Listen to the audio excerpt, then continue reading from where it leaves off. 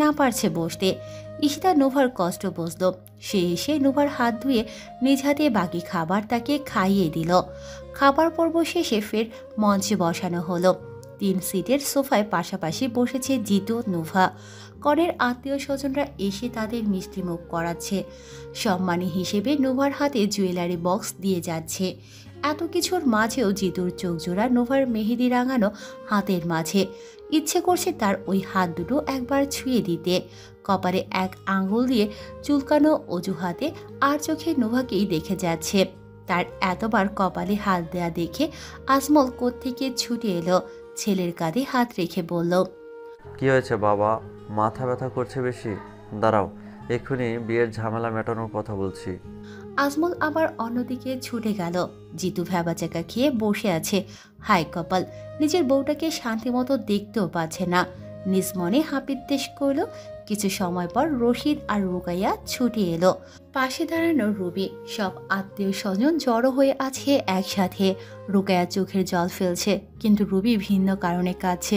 নিজ মনে দোয়া করছে সে মেয়েটা যেন সুখী হয়, নিজের অতীত যেন তার পিছুটা না হয়। কম তো আর কাঁদেনি, এবার সুখ যেন আসে তার জীবনে। নুভার চোখের জল টপ টপ করে পড়ছে। কি হবে এরপর? আদৌ জিতুকে সে স্বামী হিসেবে মানতে পারবে তো? ভাবতে বক্ষস্থল জুড়ে হাহাকার নেমে এলো। রশিদ নিজের চোখের জল মুছে নিজের মেয়ের এক হাত আর জিতুর এক হাত নিলেন। দুহাত এক করে ভেজানো গলায় বলে উঠল, বাবা, আজ থেকে তোমার ওপর আমার মেয়ের সকল দায়িত্ব দিয়ে দিলাম। তুমি তার যত্ন করতে না পারো, কিন্তু কখনো অবহেলা করো না। তাকে বোঝার জন্য সময় নিও। রুকাইয়ার কান্না মিশ্রিত করুণ গলা।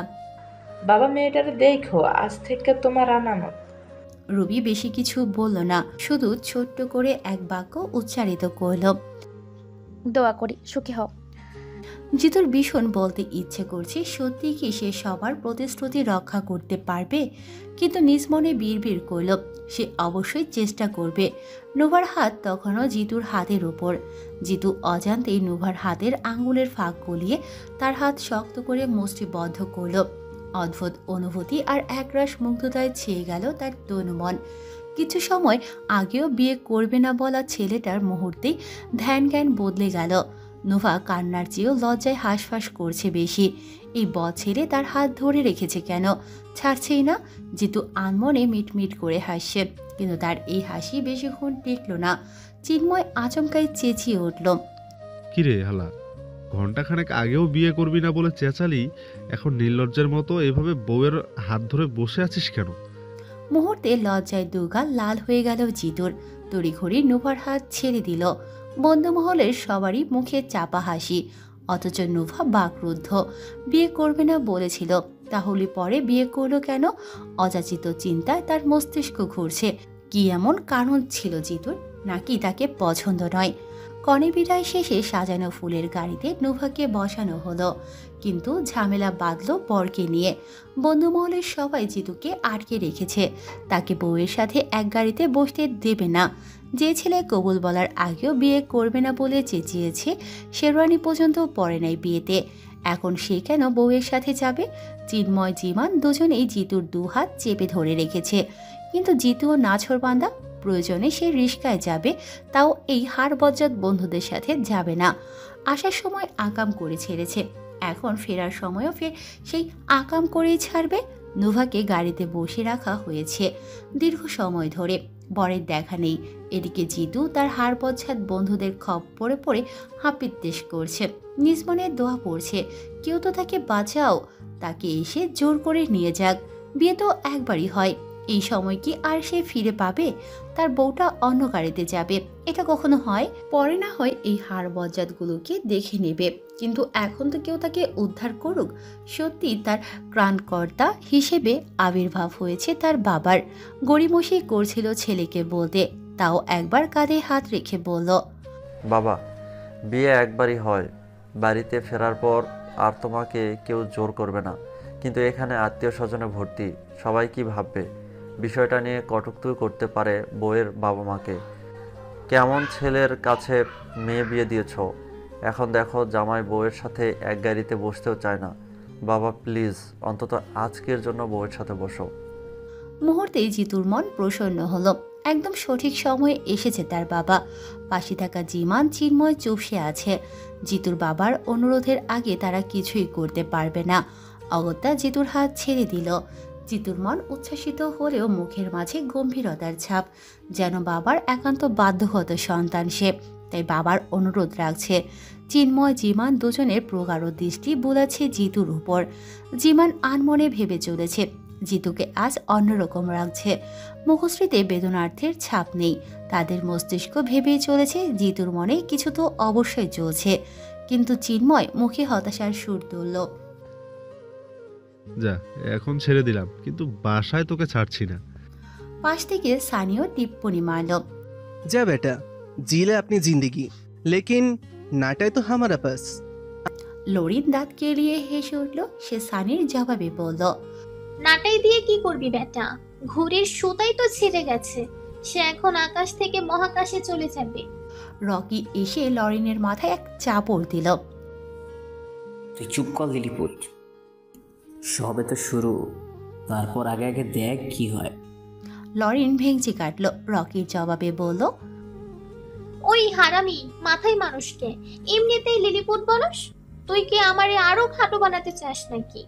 এমনিতেই আমারে বিয়ে দেয় না, খাটো দেখলে এবার তো কেউ বিয়েও করবে না। রকি কিঞ্চিত মাথা নাড়িয়ে বলে উঠল, হায় রে বিয়ে পাগলি, দরকার হইলে তরে কমলাপুরের রেল স্টেশনের পাগল সগির আলীর সাথে বিয়া দিব। তাও বইনা তো হাই হুতাশ করিস না, সহ্য হয় না তোর কষ্ট। লরিন দাঁত কিরমিরিয়ে বলে উঠল, হারামি তোরে করামো ওই সগির আলীর মাইয়ারে। জুই পাশে দাঁড়িয়ে কিঞ্চিত বিরক্ত প্রকাশ করল। তোদের দুজনের ঝগড়া শেষ হলে জলদি গাড়িতে উঠে বস, পরে কিন্তু জায়গায় পাবি না। লরিন রকির দুজনেই ঝগড়া থামালো। তাদের মুখে বিস্ময়ের ঘোর। লরিন বলে উঠল, কেন জায়গা পাবো না? আমরা তো আলাদা গাড়িতে ছিলাম, জিতুরাও আলাদা গাড়িতে ছিল, জায়গা হবে না কেন? জুই ভ্রু কুঁচকে বলল, মেরি মা, এখন তো নুবাহর বাড়ি থেকে মেহমান যাবে, জায়গা তো কমেই যাবে, বুঝিস নাই?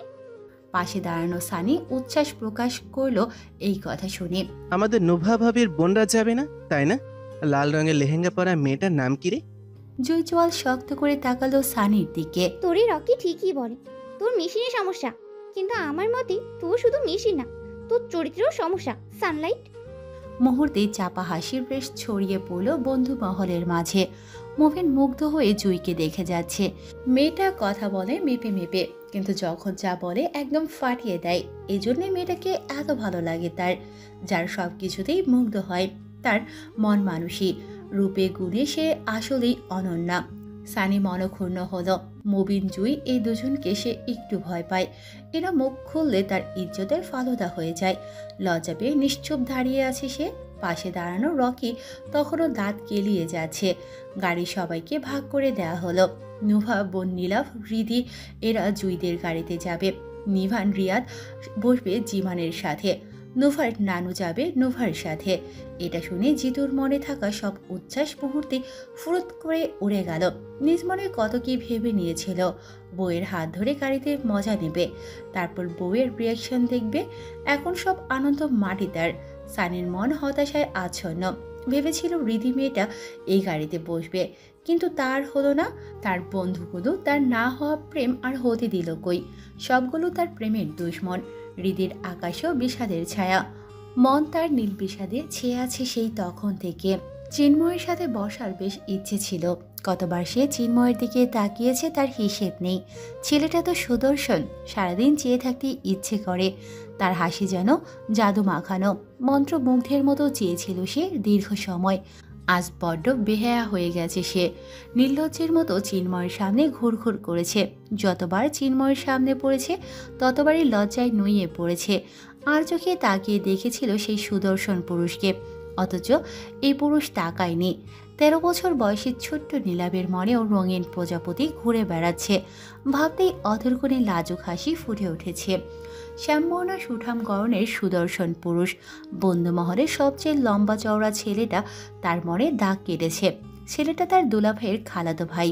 তাহলে তো জিমানের সাথে দেখা হওয়ার সম্ভাবনা বেশ প্রবল। সুযোগ বুঝে তার ফোন নাম্বার নেবে সে।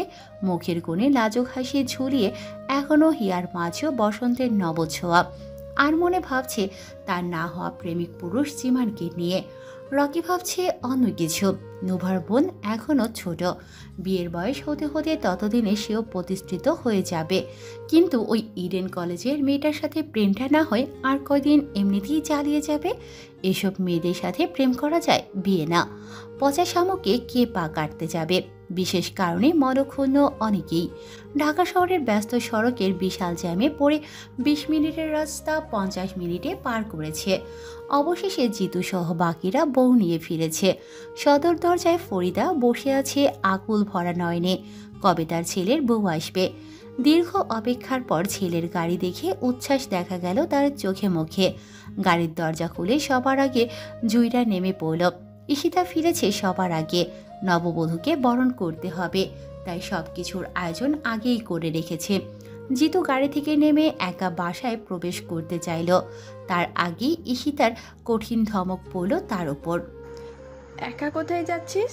বউকে নিয়ে একসাথে প্রবেশ কর জিতু। জিতুর মন বড্ড বিষাদময়। আজ সারাদিন সে তার নোহাকে ভুলে বসে আছে। এমন তো কখনোই হয়নি। সে কিভাবে এত দ্রুতই নোভাতে মজে গেছে? কি করে এত তাড়াতাড়ি ভুলে গেল? নিজের কাছে নিজেই প্রশ্নবিদ্ধ সে। ঈশিতার জবাব দিল বেশ তিক্ত ভাষায়। পারবো না। তার কি পা নেই? সে হাঁটতে পারে না? নোভা যেন আকাশ থেকে পড়ল। এত সময় ধরে নিজের পুরো কাঁধের ভর ইচ্ছে করে তার উপর ছেড়ে রেখেছিল, আবার নামার সময় খোঁচা মেরে বিড়বিড় করে বলল। সে এই জিতুকে বুঝতে পারে না, এই ভালো এই খারাপ। হঠাৎই তার গলার স্বর পরিবর্তন হয়ে গেছে। এক মুহূর্তেই কেমন অচেনা লাগছে। অদ্ভুত আচরণ করছে তার সাথে। জিতু 2 কদম এগিয়ে আসতেই পেছন থেকে জারিফ তার কোটের কলার টেনে ধরল।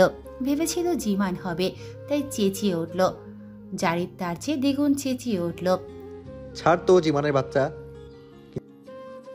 বিয়ে করে বড় হয়ে গেছিস, কান লাল করে দেব যাদব। ঈশিতা তোকে বউ নিয়ে ঘরে প্রবেশ করতে আদেশ দিয়েছিল, আর আমি বলছি তুই এখন বউ কোলে নিয়ে ঘরে প্রবেশ করবি। জলদি কর, এমনিতে রাত 12টা বেজে গেছে। জিতুর মুখে হতাশার সুর। কিন্তু ভাইয়া আমি। অত বাহানা নেওয়ার দরকার নেই, যা বলছি তাই কর। তারপর গলার স্বর ক্ষীণ করে ভাইয়ের কানে ফিস ফিস করে বলল। এমন ভাব করছিস যেন কিছুই জানিস না। হলের ভেতর তোর সব কাণ্ড আমি দেখছি। জিতু বেশ লজ্জা পেল ভাইয়ের কথায়, কিন্তু মন তার বিষাদে নিমজ্জিত। ভাই থেকে নিস্তার পেলেও সবার সামনে কিভাবে বউ করে নেবে? সবগুলোই তার দিকে হা করে তাকিয়ে থাকবে। ভাবতে অস্বস্তিতে ডুবে যাচ্ছে। তার উপর বউকে কুলে নেয়া। নেহাত ভদ্রতার খাতিরে গাড়ির ভেতর প্রবেশ করল। সদ্য হওয়া তার নববধূর মুখের সামনে নিজের মুখ রাখল। ফিসফিসিয়ে জিজ্ঞেস করল। এই, তোমার ওজন কত? 40-45 হবে? নোভা যেন আশ্চর্য কিছু শুনছে। এটা কেমন প্রশ্ন? তার উপর কোলে, সে তো হেঁটেই চলে যেত। জবাব দেবার মতো কোনো প্রশ্নই নয়, তাই সে নিরুত্তর। কিন্তু জিতু নোভার জবাবের অপেক্ষা করল না। সে তার এক হাত নোভার পিঠে রাখল, অন্য হাত হাঁটু বরাবর নিচে। আলতো হাতে গাড়ি থেকে বের করে বউ নিয়ে হাঁটা ধরল। কিছু দূর আসতেই বিড়বিড় করল। কি খাও তুমি? এত ওজন কেন? দেখতে তো পাটকাঠি হলেও তোমার ওজন তো হেভি। আমি তো ভেবেছিলাম 40 হবে হয়তো। জিতুর স্পর্শে শীতল বরফ খণ্ডের ন্যায় জমে গেছে নোভা। লজ্জায় আড়ষ্ট পুরো তনুশ্রী। তার শরীর কাঁপুনি দিয়ে যাচ্ছে। চোখ তুলে তাকানোর কিঞ্চিত সাহসও নেই জিতুর দিকে। অথচ এই লোকটার বক্ষস্থলে সদ্যজাত শিশুর মতো সে লেপ্টে আছে। জিতুর ঘন ঘন নিঃশ্বাসের বায়ু আছড়ে পড়ছে তার মুখাবয়বে। হৃদকম্পনে দ্রুতই ওঠানামার শব্দ সে অনায়াসে শুনতে পাচ্ছে। ছেলেদেরও কি হার্টবিট বেড়ে যায় মেয়েদের সংস্পর্শে এলে? তাদেরও অন্যরকম অনুভূতি হয়। তার জন্যই বুঝি জিতুর হার্টবিট বেড়ে গেছে, নাকি তার ভার নিতেই এমন হচ্ছে? অজানা তার কাছে এসব, অথচ সে জিতুর একান্তরই কাছে। তার উপর এই লোকের উদ্ভট প্রশ্ন। ইচ্ছে করছিল 2-4টে কথা শোনাতে। নেহাত সে নতুন এ বাড়িতে, বলবে কিভাবে? জিতু ভাবলেশীন কোনো রকম প্রবেশদ্বারের সামনে নোভাকে নামিয়ে সে নিজের রুমের উদ্দেশ্যে রওনা দিল। তার বক্ষস্থল পড়ছে, ভীষণ জ্বালা করছে তাতে। আজ তার নোহা হলে কতই না স্মৃতি মধুর হতো। আজকের দিন হতো তার জীবনের সবচেয়ে আনন্দের দিন, অথচ কতটা অদ্ভুতভাবে মিলে গেছে আজকের তারিখ। এই দিনে সে প্রথমবার তার বোকা পাখির সাথে কথা বলেছিল, আর আজকে সে বিয়ে করেছে। রুমে প্রবেশ করেই দরজায় খিল দিয়েছে সে। দু চোখ থেকে আপনা আপনি জল গড়াচ্ছে। এই জল বন্ধ করার অভিপ্রায় নেই তার। খুব করে মনে পড়ছে তার বোকা পাখিকে। নীলাভ জীবনের আশেপাশে ঘুরঘুর করছে। ড্রয়িং রুমে তাদের সবাইকে নাস্তা দেওয়া হয়েছে, অথচ নীলাভ উপরতলায় উঠে এসেছে। পাশে রিধিও আছে। দুজনের চোখ দুই পুরুষ অবয়বের দিকে নিবদ্ধ। একজন চিন্ময়তে মজেছে, অন্যজন জীবনের মাঝে।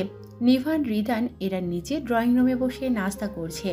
গরম গরম চিকেন স্যুপ দেয়া হয়েছে দুজনকে। খুব বেশি ভারী নাস্তা দেয়া হয়নি তাদের স্বাস্থ্যের কথা ভেবে। নীলা ফ্রিদি কোনোভাবে খেয়ে উপরে উঠে এসেছে। নোভার নানুকে দিলারার সাথে রাখা হয়েছে। তিনি দিলারার সাথে খোশ গল্পে মজেছেন। জয়দুন পান খাওয়া লালচে দাঁত নিয়ে হাসছেন। দিলারা পান সুপারি একদমই পছন্দ করেন না। তার মতে এটা স্বাস্থ্যের জন্য ভালো নয়। পান অনেকটাই সিগারেটের মতোই বিষাক্ত। তার উপর পানের লালচে পিক যেখানে সেখানে ফেলে পরিবেশ দূষণ করে। দেখতেও বিশ্রী লাগে তার কাছে, তাই পান ছুঁয়েও দেখেন না। কিন্তু জয়তুন এসেছেন ঘণ্টাখানেকে মাত্র। এর মাঝেই তিনি দুবার পান খেয়ে নিয়েছেন। আরেক দফা খাওয়ার জন্য নিজের পুটলি বের করছেন।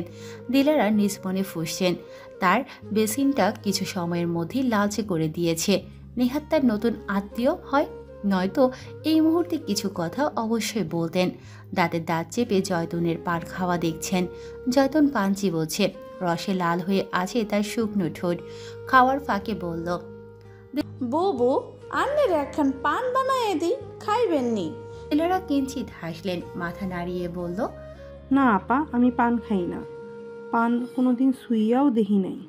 জয়তুন লাল রসে ভেজানো দাঁত দেখিয়ে হেসে উঠলেন, কি যে কন বুবু, আমার তো পান ছাড়া চলেই না। পান না খাইয়া এক মুহূর্ত চলবার পারি না। পরপর বেসিনে গিয়ে পানের পিক ফেলে আসেন। পিক ফেলে মনে পড়লে বেসিনে পানি দেন, নয়তো ফেরত আসেন। দিলারা বেশ কষ্টে হজম করছেন এই মহিলার নোংরা স্বভাব। তার সুবিধার্থে পুরো রুম সেইভাবেই সাজিয়েছেন তার ছেলে। তার নিজস্ব বেসিন বাথরুম আছে রুমের মধ্যে। এমনকি খাট বানিয়েছেন তার সুবিধা মতোই নিচু করে। বিছানার সাথে জরুরি অ্যালার্ম বাটন রেখেছেন, যাতে দরকার হলে তিনি সবাইকে ডাকতে পারেন। রুমে তার বিছানা ছাড়াও আরও একটি বাড়তি বিছানা রাখা হয়েছে। মাঝে মাঝে তার ছেলে রুমে ঘুমান, রাতে তার সুবিধে অসুবিধে দেখার জন্য। আবার মাঝে মধ্যে তার ছেলের বউও এই ঘরে ঘুমান তার দেখভাল করতে। তার পরিবার কত সচেতন তাকে নিয়ে। তার রুম প্রতিদিন দুবার করে পরিষ্কার করে, যাতে কোনো রোগ জীবাণু না থাকে, সে অসুস্থ না হয়। কিন্তু এই নোংরা মহিলা তো তাকে একদিনেই অসুস্থ করে দেবে। মহাজালায় আছে সে। নিজ মনে বিড়বিড় করছে এই মহিলাকে অন্য রুমে দেয়া উচিত ছিল। তার লগে কেন দিল? তার রুমটাই নোংরা কইরা দিল। নীলা ফ্রিদি করিডোরের এক কোণে দাঁড়ানো। ঈশিতা এসে তাদের পাশের রুমে ঘুমানোর জায়গা করে দিল। রাত তো কম হয়নি, তাদের তাড়াতাড়ি ঘুমিয়ে পড়তে বলল। তাদের পাশে রিদান, নিভান এদের কেউ রাখতে বলল। রুমে দোতলা বিশিষ্ট খাট। রিদি নীলাভ নিচের তলায় আর নিভান রিদান উপর তলায় শুয়েছে। কিন্তু রিদি নীলাভের চোখে ঘুম নেই। রিদি আচমকাই বলে উঠল, নীলাভ, নোভা আপুর শ্বশুর বাড়ি কত বিশাল! যেদিকেই তাকাই সেই দিকেই ফাঁকা। কত খোলামেলা বাড়ি, কতগুলো রুম আছে এই বাড়িতে, আল্লাহই জানে। আমি তো অল্প কয়েকটা দেখেই অবাক। আচ্ছা, তুই কি জানতি নোভা আপুর শ্বশুর এত বড় লোক? নীলাভ কিঞ্চিত মাথা নাড়ল, উৎসুক হয়ে বলল, না আপু, আমিও জানি না। শুধু শুনছি ওনাদের 5 তলার একটা সুপার মল আছে, কিন্তু বাড়ির 14 তলা। এটা এখন এসে দেখলাম আপুর শ্বশুর 9-8 তলা মিলিয়ে ডুপ্লেক্স বানিয়েছে, আর বাকি বাড়িতে ভাড়াটিয়া থাকে। আমি নিজেও অবাক এত বড় বাড়ি দেখে। আচ্ছা নীলাভ, আমাদেরকে নোভা আপুর পাশের রুমটায় থাকতে দিল না কেন? ওই রুমটাও তো খালি ছিল। জারিফ ভাইয়ার পাশের রুমে কেন থাকতে দিল? আবার আপুর রুমেও ঢুকতেই দিল না।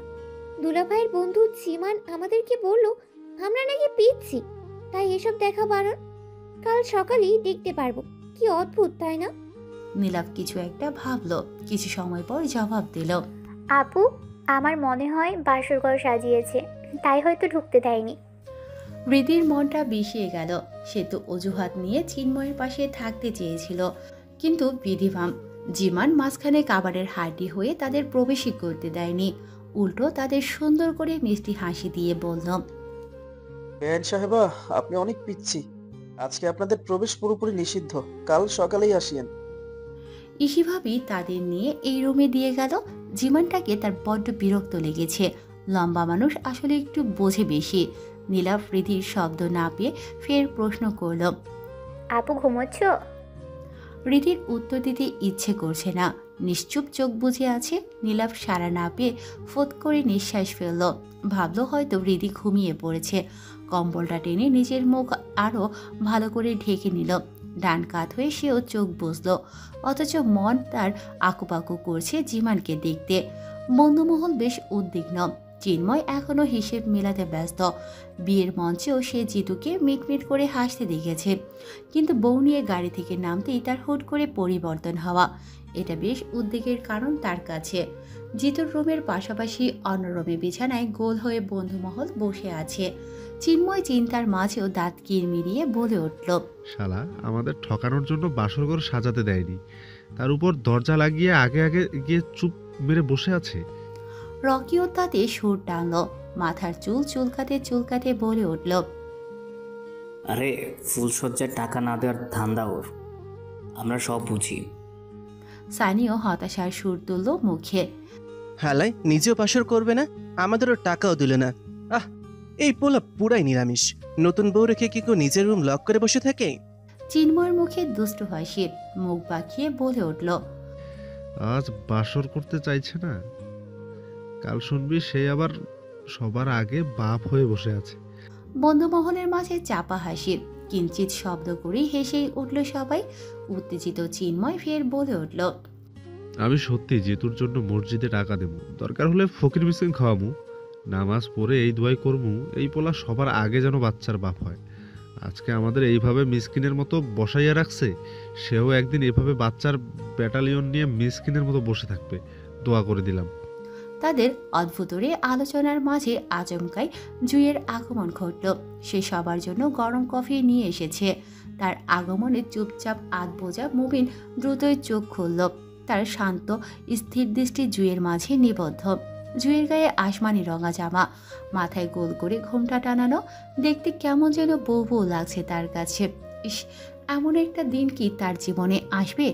জুইফুল তার জন্য গরম চা নিয়ে আসবে, আলতো হেসে তার হাতে তুলে দেবে, আর সে চা নেয়ার বাহানায় জুইয়ের হাত টেনে ধরবে, কাছে টেনে বাম পাঁজরের মাঝে চেপে রাখবে। লজ্জায় নুয়ে যাওয়া জুইয়ের কপালে সে তার ভালোবাসার পরশ আঁকবে, তারপর কানের কাছে ফিসফিস করে বলবে, জুইফুল, তুমি এত মিষ্টি কেন? শুধু ভালোবাসার পরশ ছুঁয়ে দিতে মন চায়। কেন এত মায়াবী তোমার ওই দুই চোখ? আমার দিন কাটে সেই চোখের গভীরতায়। তোমার অপরূপ রূপে নিজেকে হারিয়েছি বারবার। তোমার ওই লাজুক রাঙানো হাসিতে আমি দিশাহীন। তোমার এত রূপ কেন জুইফুল? কেন এত রূপে ফিরে আসো আমার কাছে? তুমি কি ইন্দ্রজাল জানো? মুবিন মন্ত্রমুগ্ধের ন্যায় জুইকে দেখে যাচ্ছে, অথচ তাকে ডেকে ডেকে ক্লান্ত জুই। শেষে নিজের হাত নিয়ে মুবিনের সামনে ইশারা করল। এতেই মুবিনের ধ্যানভঙ্গ হলো। সহসাই এমন হওয়ায় বিস্মিত হলো তার আঁখি জোড়া। হঠাৎই বলে উঠল, কি হয়েছে জুইফুল, এমন করছো কেন? জুইফুল নামটা শুনে বেশ লজ্জা পেল জুই। হুটহাট মুবিন তাকে জুইফুলটাকে, এই ডাকের মধ্যে কেমন মাদকতা মেশানো। তার কাছে এই ডাক অতীব প্রিয়। মাঝে মাঝে তারও বলতে ইচ্ছে করে, আমাকে এই নামেই ডেকো, আমার খুব ভালো লাগে শুনতে। কিন্তু লজ্জায় সে হাঁসফাঁস করে যখনই মুবিনের সামনে আসে। কখনোই বলা হয়নি তার না বলা এই প্রিয় বাক্য। সে মুবিনের দিকে চোখ তুলে তাকাতে পারল না। কফির ট্রেতে দৃষ্টি রেখেই বলে উঠল, মুবিনের দু চোখ এক রাজ্যের ঘুম। কফি খেলে ঘুম ফুরত হয়ে যাবে, তবুও জুয়ের হাত থেকে কফি খাওয়া সে মিস করবে না। তড়িৎ জবাব দিল, মাথাটা একটু ধরেছে। কফি খেলে ভালো লাগবে। দাও কফি। জুই এক মগ কফি মুবিনের দিকে বাড়িয়ে দিল। মুবিন কফি টেনে নিল বেশ আলতো হাতে, তবুও আঙুলের কিঞ্চিত ছোঁয়া লাগলো জুইয়ের হাতে। জুইয়ের ষষ্ঠ ইন্দ্রিয় যেন মুহূর্তেই এক অদ্ভুত বার্তা প্রেরণ করলো তাকে। তনু মনে যেন শীতলতা ছেয়ে গেল, যার মাঝে পুরো মাদকতা মেশানো। সে এক অদ্ভুত শিহরণ। এখানে বেশিক্ষণ থাকা যাবে না তার। তার মন মস্তিষ্ক সব অতলে ডুবে যাচ্ছে। সে দ্রুতই মুবিনকে কফি দিয়ে জিমানের কাছে গেল। তাকে জিজ্ঞেস করলো কফি খাবে কিনা। জিমান খেতে চাইল না। অনেক রাত হয়েছে, তার উপর কফি খেলে সহজে তার ঘুম আসবে না। চিন্ময়কে জিজ্ঞেস করার আগে সে জুই থেকে কফির মগ নিয়ে নিল। মুখে তার প্রসন্ন হাসি, আনমনে তার অক্ষিযুগল জুয়েতে নিবদ্ধ। মেয়েটাকে তার কাছে আজ অপসরী লাগছে, যেন গাছে ফোটা এক স্নিগ্ধ জুঁই ফুল। চিন্ময় নিঃস্মনে হাসল। জুই কফি দিয়ে দ্রুতই রুম ত্যাগ করল। সবাই জিতুকে নিয়ে বিভিন্ন রকম ভাবনায় ডুবে আছে। কেউ হতাশ, কারো চোখে বিস্ময়, আর কারো চোখে জিতু মানেই রহস্য। কখন কি করে এই ছেলে তারা বুঝে উঠতে পারে না। যখন সবাই জিতুর রহস্য উন্মোচনে ব্যর্থ, তখন হুট করে জিমান বলে উঠল, আমি জানি জিতুর কি হয়েছে। সেই ডাইপার পরা অবস্থা থেকে দুজন একসাথে বড় হয়েছি। বয়সে ও আমার 7 দিনের বড় মাত্র, তাই ওর নারী নক্ষত্র জানা আছে আমার। আমি যদি ভুল না হই, প্রথমত সে নোহার সুইসাইড মানতে পারেনি। তার একমাত্র কারণ হচ্ছে সে ভাবে নোহা তার জন্যই মারা গিয়েছে, তার সময় মতো না পৌঁছানো। দ্বিতীয়ত সে দীর্ঘ 1 মাস যোগাযোগ করতে পারে। এমনকি সেই দিন মেয়েটা তার অপেক্ষায় পুরো দিন কাটিয়েছিল, যার ফলে পরিবার কোনোভাবে টের পেয়েছে তার জন্য তার অন্য কোনো ছেলের সাথে সম্পর্ক আছে। এজন্য মেয়েটাকে জোর করে অন্যত্র বিয়ে দিতে চেয়েছিল। ফলাফলস্বরূপ মেয়েটা নিজেকে বলিদান করে। 1 মাস তাদের যোগাযোগ বিচ্ছিন্নতার কারণে মেয়েটা তাকে জানাতে পারেনি। এর জন্য নিজেকে দায়ী ভাবে জিতু। সে নুহাসকে যতটা ভালোবাসে তার থেকেও বেশি নিজের উপর নিজেই আঙুল তোলে মেয়েটার মৃত্যুর কারণ হিসেবে। এজন্যই নুহাকে বলতে চাইলেও সে বলতে পারে না। আর বিয়ের কথা যদি বলি, নুবাকে দেখে কিন্তু সে অখুশি ছিল না, কিন্তু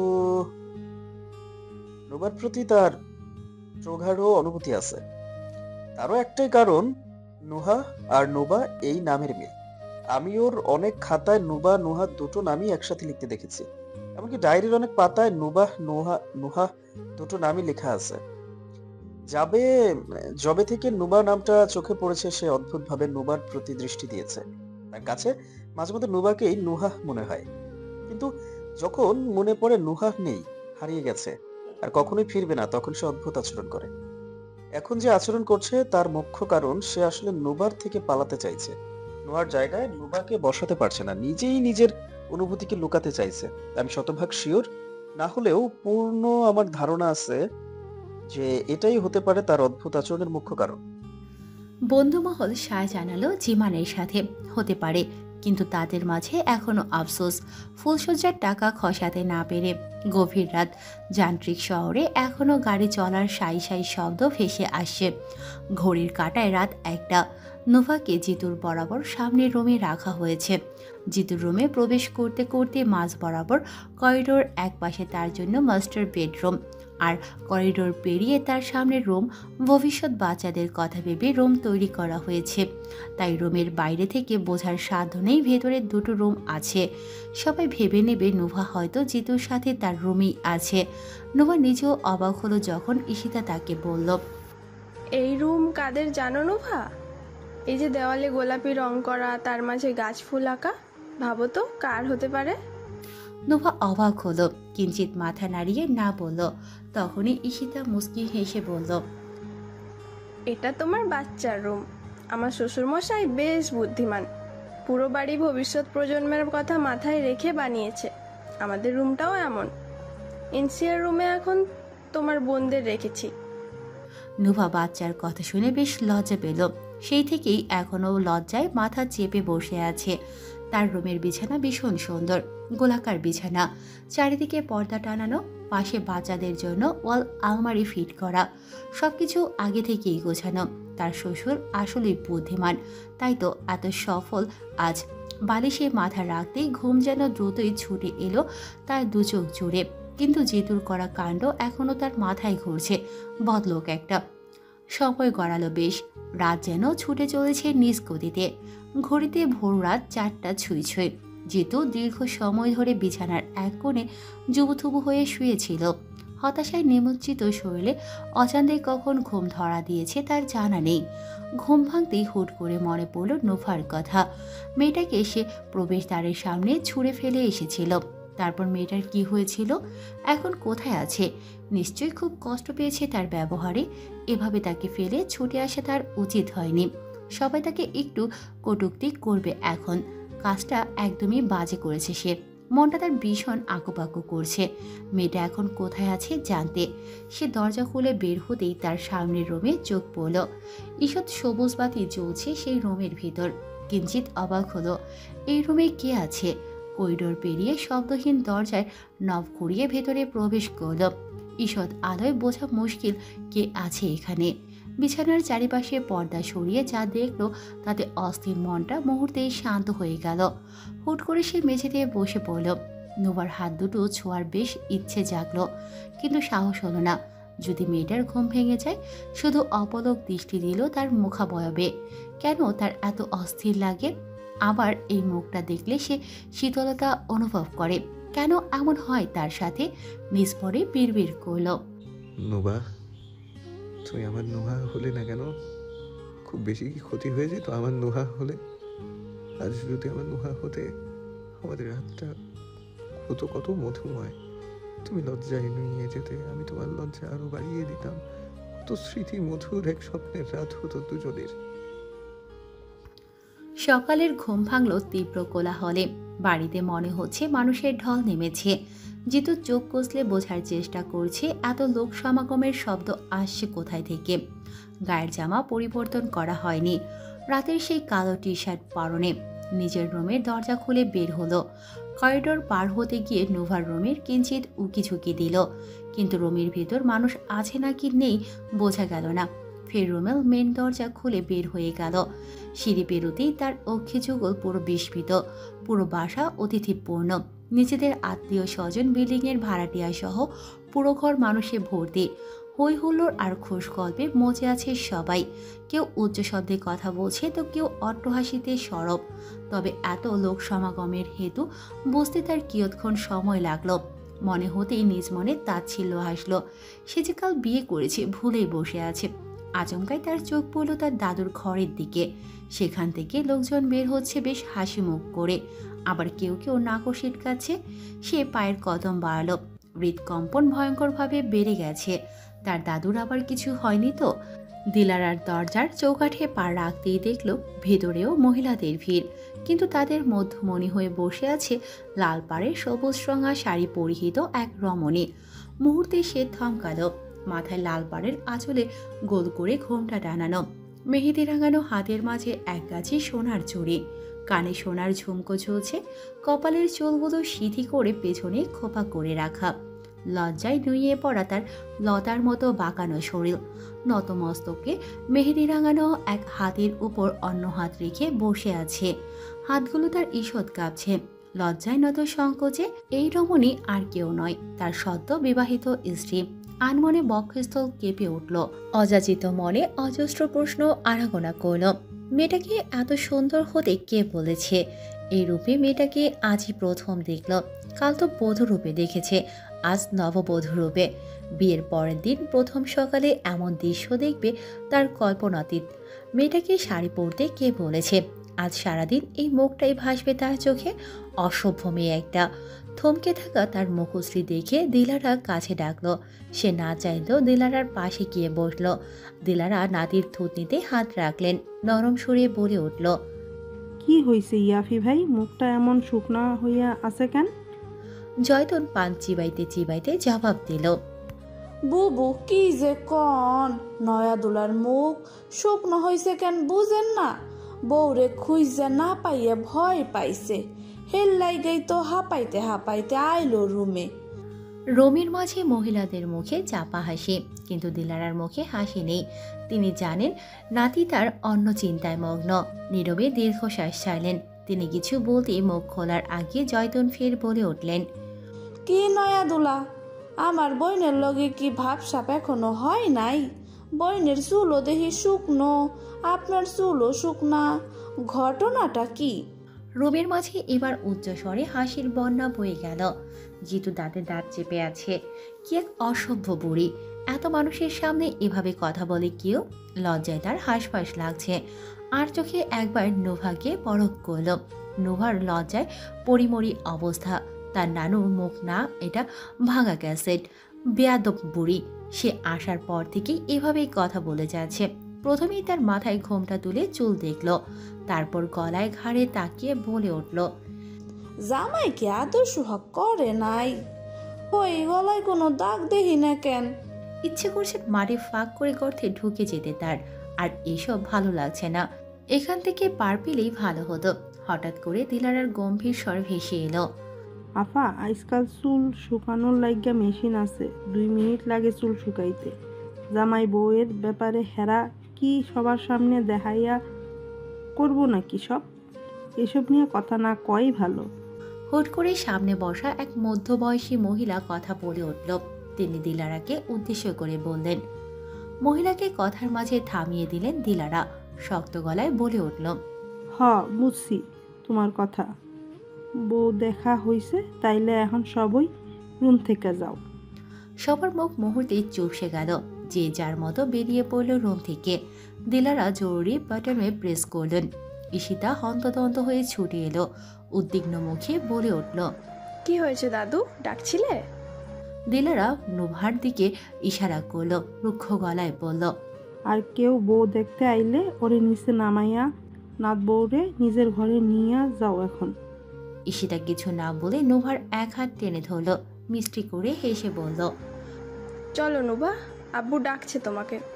নোভা যেতেই দিলারা গম্ভীর গলায় বলল, ইয়াফি ভাই, বউরে শাসন করার হইলে তুমি করবা, আবার ভালোবাসার হইলেও তুমি বাসবা, কিন্তু কোনোদিন কারো সামনে বউরে অপমান করবা না, আর না কারো সামনে বউরে অপমান হইতে দিবা।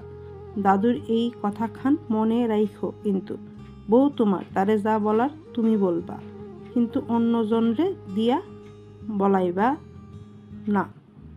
জিতু ঈষৎ হাসল। সত্যি তো, নোভাকে অন্যেরা কেন কিছু বলবে? বলার হলে সে অবশ্যই বলবে। ঈশিতা হাঁটা ধরতেই পেছন থেকে জিমি এসে দাঁড়ালো। জিমিকে দেখে ঈশিতা খুশি হলো। সে নোভাকে আজমলের রুমে নিয়ে যেতে বলল। নোভা জিমিকে দেখে হা হয়ে আছে, চিনতে পারল না কে এই মেয়ে। জিমি নোভার এক হাত ধরে বলে উঠল, ভাবি কেমন আছো?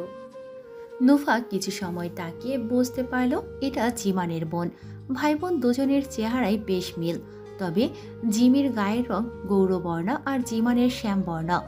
গোলগাল, মুখশ্রী আর বেশ লম্বা চওড়া ভাইয়ের মতোই। সে জিমির পাশে দাঁড়াতেই নিজেকে লিলিপুট মনে হলো।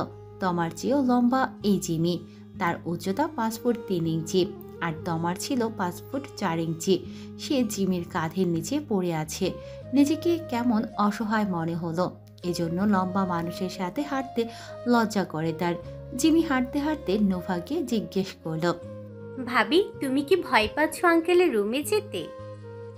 নোভা না বলে কিঞ্চিত মাথা নাড়ালো। জিমি নোভার এমন চুপসে যাওয়া মুখ দেখে ফের বলল, তাহলে কি ভাবছো ভাবি, কথা বলছো না কেন? আমাকে তোমার পছন্দ হয়নি? নোভা তড়িৎ জবাব দিল, আরে না, আসলে তুমি কত লম্বা তা দেখেই ভিমরি খাচ্ছি। জিমি হুট করে হেসে উঠল। জবাবে বলল, এই জন্যই এত ঘাবড়ে আছো? নোভা আলতো করে মাথা নাড়ালো। জিমি হেসেই যাচ্ছে। আজমলের ঘরে আসতেই জিমি হাসি থামালো। নোভাকে নিয়ে ভেতরে প্রবেশ করলো। আজমলের ঘরে মুরব্বীদের মিলন মেলা। ফরিদার 2 বোন ববিতা, কবিতা আর কবিতার স্বামী আনিস ও উপস্থিত। নোভা প্রবেশ করে সালাম দিল সবার উদ্দেশ্যে। আনিস সালাম নিল সবার আগে। নোভাকে দেখে হেসে উঠল, জিজ্ঞেস করল। জবাবে নোভা কিঞ্চিত হেসে বলল, জি আঙ্কেল, ভালো আছি। আজমল নোভাকে পাশে বসতে বলল। নোভা বসতেই তার মাথায় হাত রাখল। মুখের কোণে ঈষৎ হাসি হলেও নেত্রকোণে চোখের জল চিকচিক করছে। আজমলের চোখে মুখে চরম অসহায়ত্ব।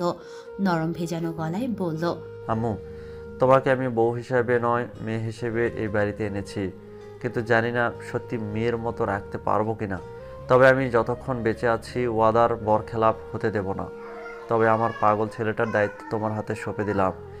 তার মেজাজে মাঝে মধ্যে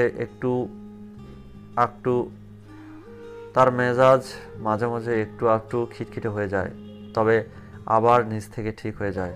আসলে আমার ছেলেটা এমন ছিল না, বেশ প্রাণবন্ত ছিল। সময়ের পরিহাস, আজ সে এমন হয়ে গেছে। স্ত্রী হিসেবে যদি পারো ওর পাশে থেকো, ওর খেয়াল রাখবে তো মা? নোভা নির্বিকার ধূসর দৃষ্টিতে তাকিয়ে আছে মেঝের দিকে। জবাবের অপেক্ষায় থাকা আজমল যেন হাপিত্তেশ করছে। কিছু সময় বাদে নোভা হ্যাঁ বলে মাথা নাড়ালো। সে অবশ্যই চেষ্টা করবে। আজমল হেসে দীর্ঘশ্বাস ছাড়ল। নোভার মাথায় রাখা হাত দিয়ে দোয়া করে দিল। সুখী হও মা। নোভার হাতে একটা খাম গুজে দিয়ে পুনরায় বলল, এখানে একটা ক্রেডিট কার্ড আছে আর হাত খরচের জন্য কিছু টাকা। এগুলো সবই তোমার। যখন যা লাগবে এই বুড়ো বাপকে নির্ভয়ে বলবে, মনে থাকবে তো মা? নোভা ফের হ্যাঁ বলে মাথা নাড়ালো। ববিতা দীর্ঘ সময় ধরে নোভাকে পর্যবেক্ষণ করছে। হঠাৎই বলে উঠল। আজমল এমন কথায় বেশ বিরক্ত হলেন। তার ছেলের জন্য সে যোগ্য বই এনেছে, রূপে গুণে অনন্য তার ছেলের বউ। বেশ রুক্ষ স্বরে জবাব দেওয়ার জন্য উদ্যত হলো, কিন্তু তার আগেই ফরিদা মুখ খুলল। তুই তো আসমানের পরী ববিতা, তোর জামাই তোর থেকেও দ্বিগুণ সুন্দর। এখন তোর জামাই কি তোর সাথে সংসার ছাইরা করা ছাইরা দিছে? আমার জিতুর বউ কোন দিক থেকে অসুন্দর? জিতু পুরুষ মানুষ, এজন্য দেখতে ওরে এত সুন্দর লাগে। তাই বলে আমার জিতুর বউ সুন্দর না এমনটা তো নয়। আজকে বলছস, আজকে যেন শেষ হয়। গায়ের রং নিয়ে দ্বিতীয়বার আমার সামনে বা পেছনে কখনোই কথা তুলবি না ববিতা, সাবধান করে দিলাম।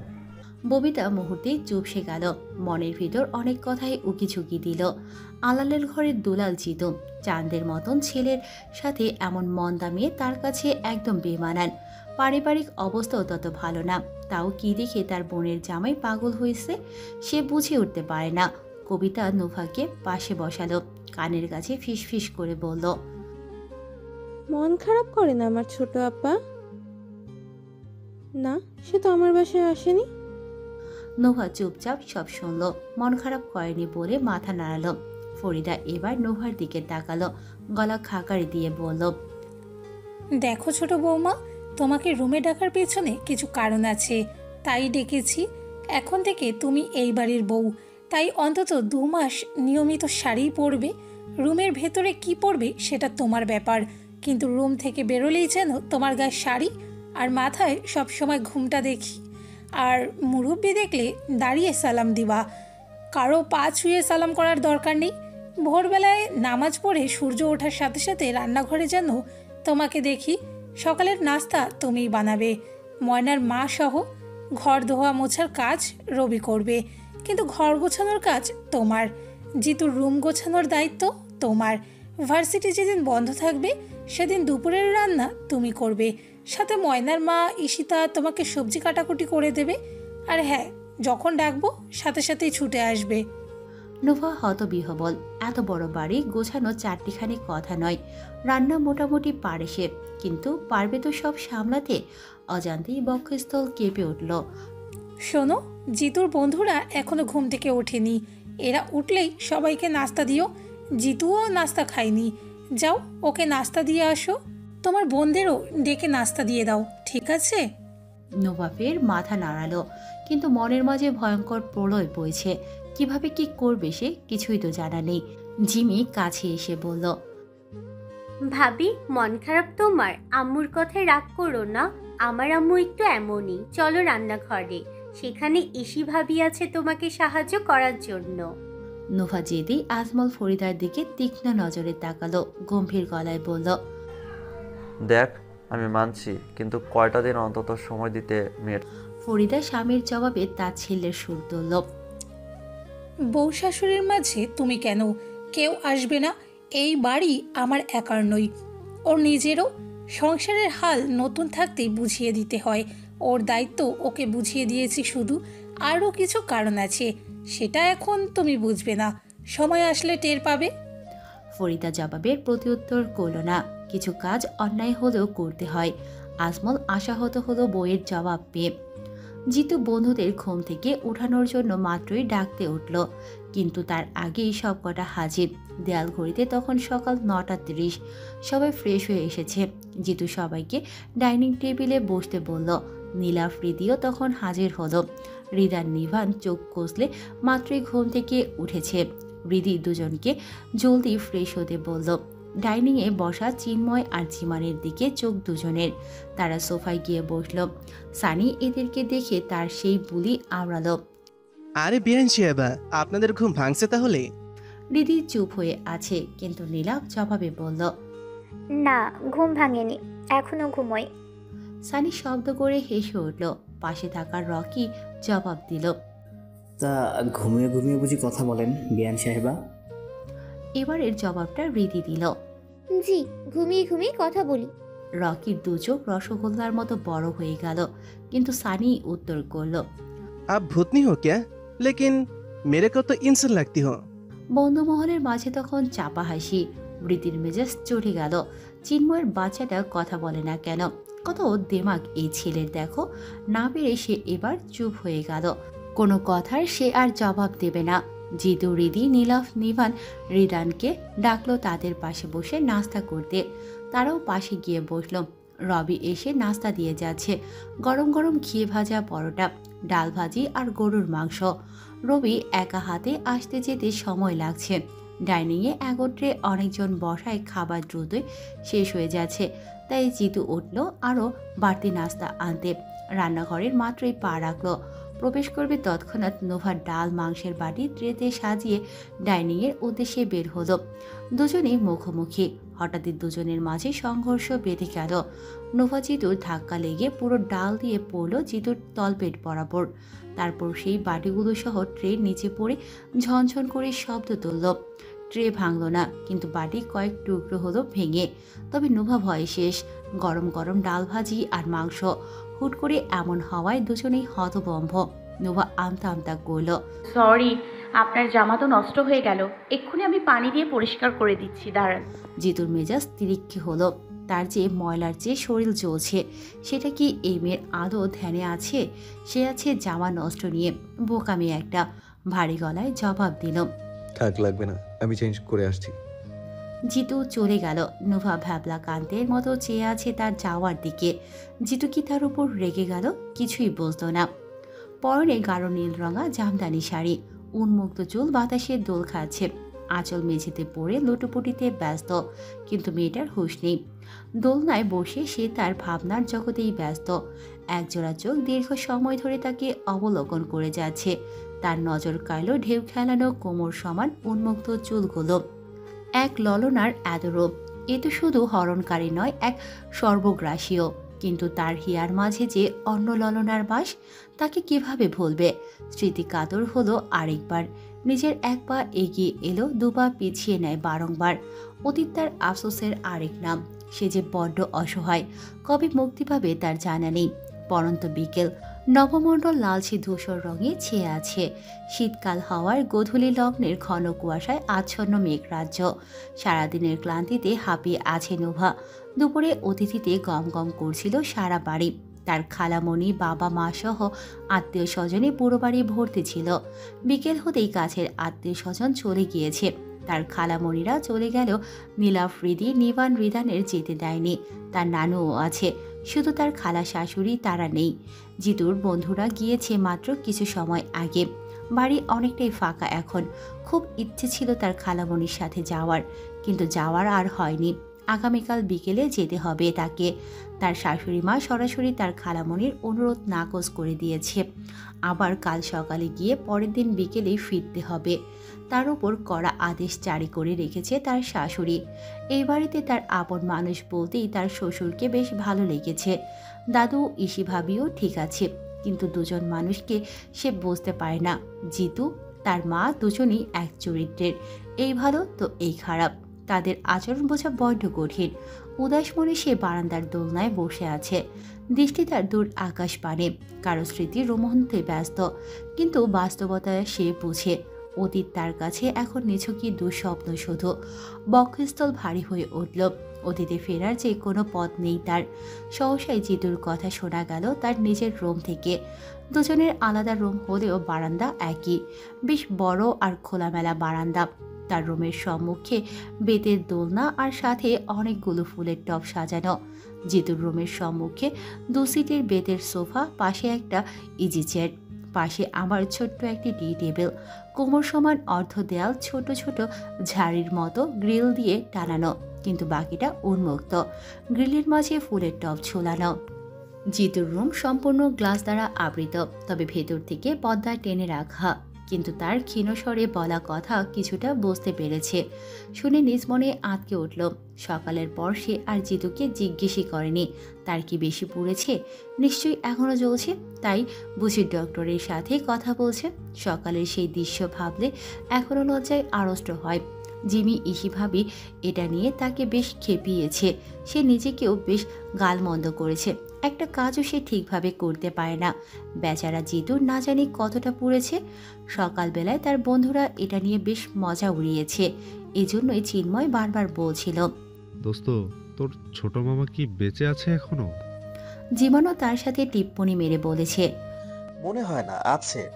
মুহূর্তেই বন্ধু মহলে হাসির রোল পড়ে গিয়েছিল। সে হা হয়ে এদের কথা গিলছিল। তবে নিজ মনে আফসোস হলো, জিতুর ছোট মামা অসুস্থ আর তারা মজা করছে। কেমন মানুষ এরা!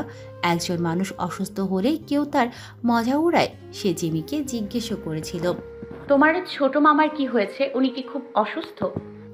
জিমি তার কথা শুনে বেশ অবাক হলো। ভাবুক চিত্তে বলে উঠল, না তো ভাবি, অসুস্থ হলে তো জানতাম। কাল রাতে কনভেনশন হলে তো এসেছিল, একদমই সুস্থ ছিল। এমন খবর হলে এতক্ষণে খালামণি বসে থাকতো? তিনি সবার আগে ছুটে যেতেন না? এটা নিয়ে অবশ্য পরে তেমন মাথা ঘামায়নি সে আর, কিন্তু এখন বুঝতে পেরে নিজের কাছেই লজ্জা লাগছে। ছি, এমন একটা বিষয় নিয়ে সে জিমিকেও জিজ্ঞেস করেছে। ভাগ্য ভালো জিমি বোঝেনি। জিতুর রুমের পাশে দাঁড়িয়ে আছে সে। ডাক্তারের কাছে বলা সব কথাই শুনল। বড্ড খারাপ লাগছে তার। এখন চাইলে সে জিজ্ঞেসও করতে পারবে না কতটা পুড়েছে, জ্বলছে কিনা।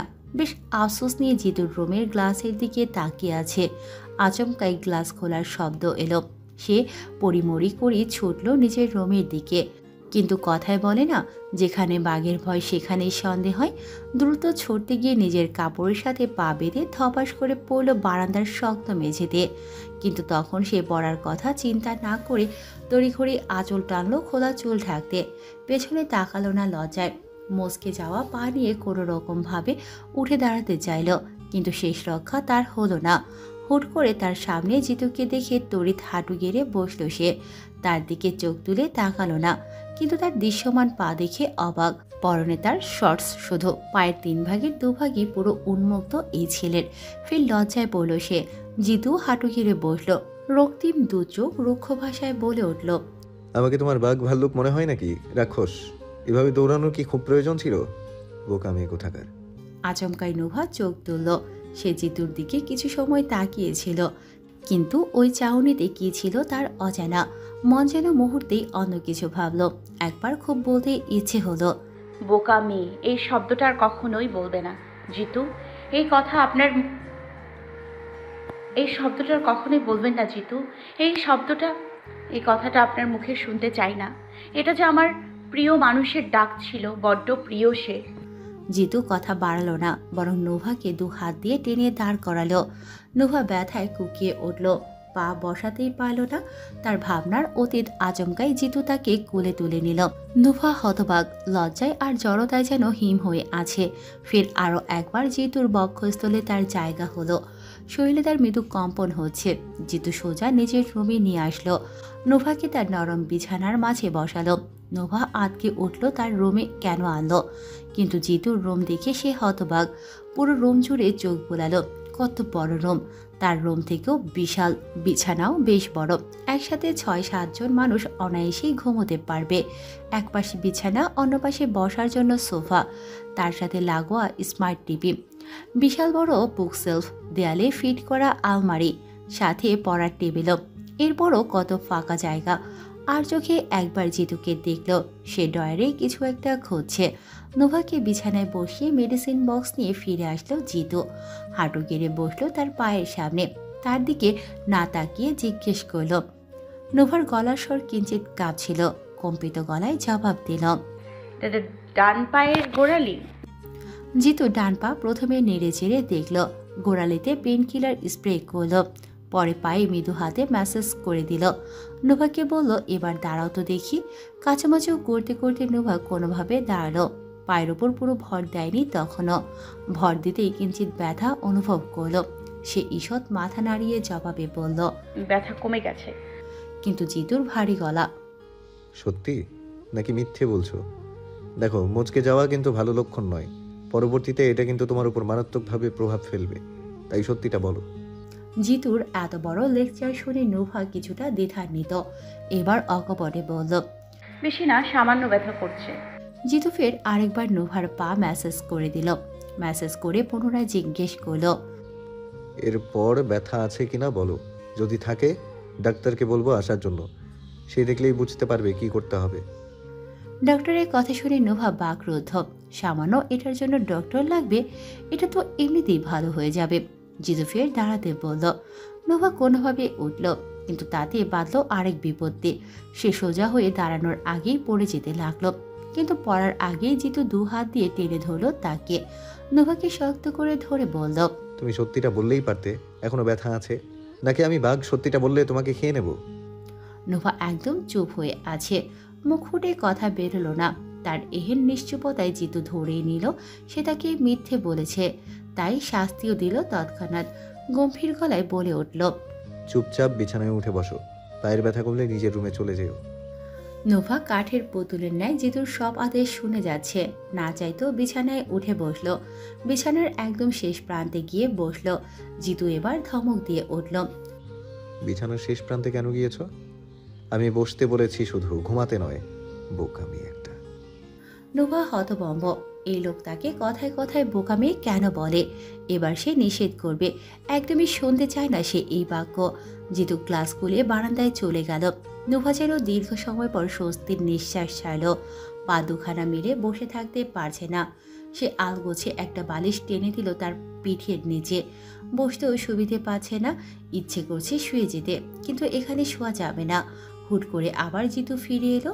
নোভার ভাবভঙ্গি বোঝার চেষ্টা করলো। আচমকাই বলে উঠল, কি শুয়ে থাকতে ইচ্ছে করছে? এসো তোমাকে রুমে দিয়ে আসি। নোভা হা হয়ে আছে। এই লোক বলতো কি করে তার মনের কথা? জিতু 2 হাত আলগোছে দিয়ে তাকে কোলে তুলে নিল। ক্ষীণস্বরে টিপ্পনি মারল নোভাকে, আজ এত হালকা কেন? সারাদিন খানা খাওনি? বিয়ের দিন তো বেশ ভারী ছিলে। নোভা দাঁত কিরমিরিয়ে উঠল। ইচ্ছে করছে কয়েক ঘা লাগিয়ে দিতে। বদলোক একটা। জিতু ফের টিপ্পনি মারল, কিছু বলতে চাও? সমস্যা নেই, বলে দাও। আমিও 2 হাত খুলে দেব, তারপর ধপাস করে তুমি নিচে পড়ে চূর্ণ বিচূর্ণ হয়ে যাবে। নোভা সত্যি এবার মুখ খুলল, আপনি এত বদ কেন? আমি বলেছি আমাকে কোলে নেন। তুমি তো কোলে ওঠার জন্য বায়না ধরলে। আমি কখন বায়না ধরেছি? আপনিই তো কোলে নিলেন। বায়না ধরেছো বলেই তো ধপাস করে আমার সামনে এসে পড়লে, যাতে গিয়ে আমি তোমাকে কোলে তুলে নিই। ফের পড়তে গিয়েও বাঁচালাম। তাহলে আমাকে নামিয়ে দিন, ধরে রেখেছেন কেন? জিতু মলিন মুখে জবাব দিল, আমি কখন ধরলাম? আপনাকে তো ছেড়েই রেখেছি, তাই তো এত উঠতে পারছেন। নোভা 2 চোয়াল শক্ত করল, আপনি কথায় আমাকে আর ধরবেন না। হুটহাট কোথা থেকে ছুটে আসেন। জিতু প্রত্যুত্তর করল না। নোভাকে তার বিছানায় বসিয়ে সে দ্রুতই রুম থেকে বের হয়ে গেল। নোভা কিঞ্চিত আশাহত হলো। জিতুর ডিম তার কথার জবাব দেয়নি কেন? হয়তো জবাব নেই তার কাছে, এটা নিয়ে মাথা ঘামালো না আর। তবে সহসাই চোখ পড়ল পড়ার টেবিলের দিকে। একটা মাঝারি সাইজের বক্স প্যাক করে রাখা। এটা আবার কার? সে বক্সটা হাতে নিল। বক্স হাতে নিতেই তার নিচে রাখা একটা চিরকুট পেল। ভাঁজ করা চিরকুট খুলল দ্রুতই। না চাইতেও আপনি আমার জীবনে এসেছেন, তাই অভিবাদন। ভালোবাসা থাক বা না থাক আপনি আমার ভালোবাসা থাক বা না থাক আপনি আমার অবিচ্ছেদ্য অংশ। আমার অর্ধাঙ্গিনী হয়ে আপনার বাকি জীবন কাটুক স্বাচ্ছন্দ্যে, সে কামনাই করি। আজ থেকে আপনার সব দায়িত্ব নিজ কাঁধে সঁপে নিলাম। স্বামী হিসেবে আপনার জন্য আমার ছোট্ট উপহার। ভালো থাকবেন মিসেস ইয়াফি ইমদাদ। চিরকুট পরে থ হয়ে আছে নোভা। এই উপহার নিজের হাতে দিলেই পারত। নিজের হাতে যখন দেয়নি সেও এই বক্স খুলবে না আর, বদলোক একটা। গোধূলির লালচে আলোক ছটায় আচ্ছন্ন গগন বক্ষ, সাথে পাল্লা দিয়ে বেড়েছে ঘন কুয়াশার মাত্রা। পৌষের ঈষৎ হিমেল হাওয়া বইছে প্রকৃতিতে, কিন্তু যান্ত্রিক শহরে সেই হিমভাব নেই বললেই চলে। উস্কো খুস্কো খোলা চুল, পরনে ধুলাবালি মাখানো আধা পোড়ানো শাড়ি, হাঁটু গেড়ে ছাদের কার্নিশে বসে আছে সোনিয়া। অযত্নে গৌরবর্ণা, গায়ের রং ফিকে হয়ে গেছে, মুখ জুড়ে মেস্তার কালচে দাগ, অসহায় চাহনি। তার চিমু নেই, তার চিমু কাল রাত বাড়ি ফিরেনি, সেই থেকেই পাগল প্রায়। তাকে কেউ পছন্দ করে না, সবাই শুধু গালি দেয়, সবাই বলে সে কেন মরে না। এমন অজস্র প্রশ্ন আর মনে বিড়বিড় করছে। দৃষ্টি তার আকাশ পানে, দু চোখ জ্বলছে ভীষণ। কাল রাতে সে ঘুমোয়নি।